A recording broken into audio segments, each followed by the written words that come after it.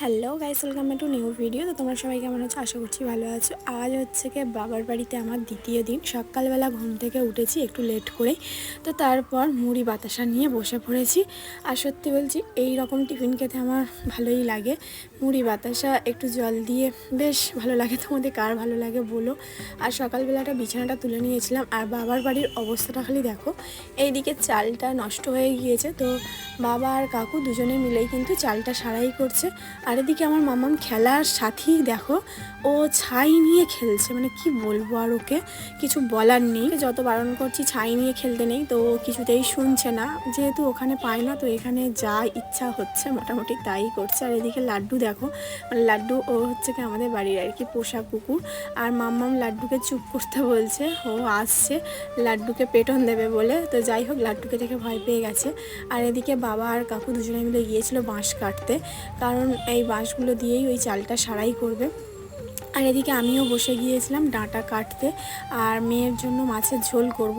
আর এখানে বাবা ধরেছিল শিং মাছ, আর সাথে ছিল কই মাছ। তো এই মাছগুলো দিয়েই মাম্মামকে ঝোল করে দেবো সকালে এবং রাতে দুবেলারই আর কি হয়ে যাবে।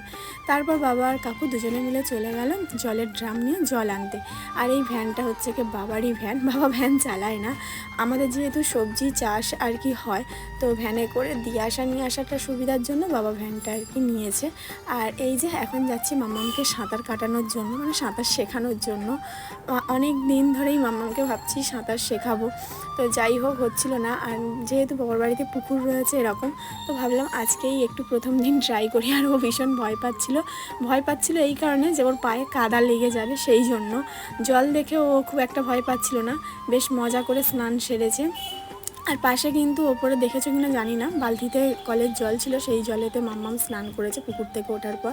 আর এই যে এখন ওই মাছের ঝোল আর ভাত দুটো আর কি খাইয়ে দিচ্ছি মিক্সড করে।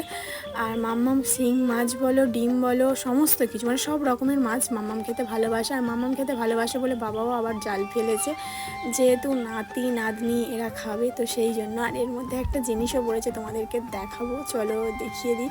এই যে একটা শর্ট ভিডিওতে শেয়ার করেছিলাম, গোল পড়েছিল মানে কচ্ছপ পড়েছিল, তো কচ্ছপটাকে মারা হবে না, একে হচ্ছে গিয়ে পুকুরে আবার ছেড়ে দেওয়া হবে, পুকুরে কি মাঠে ছেড়ে দেওয়া হবে।